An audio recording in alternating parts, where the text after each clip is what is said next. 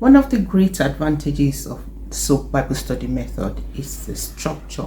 which removes a kind of overwhelm that can come on people when they're meaning to study the scriptures, and that enough puts people off because they probably are thinking, where do I start from? That is not even a question when you're thinking about SOAP Bible study method, because it tells you to choose the scripture, which can be something as simple as just a verse that you want to have understanding about, and also to look at observation,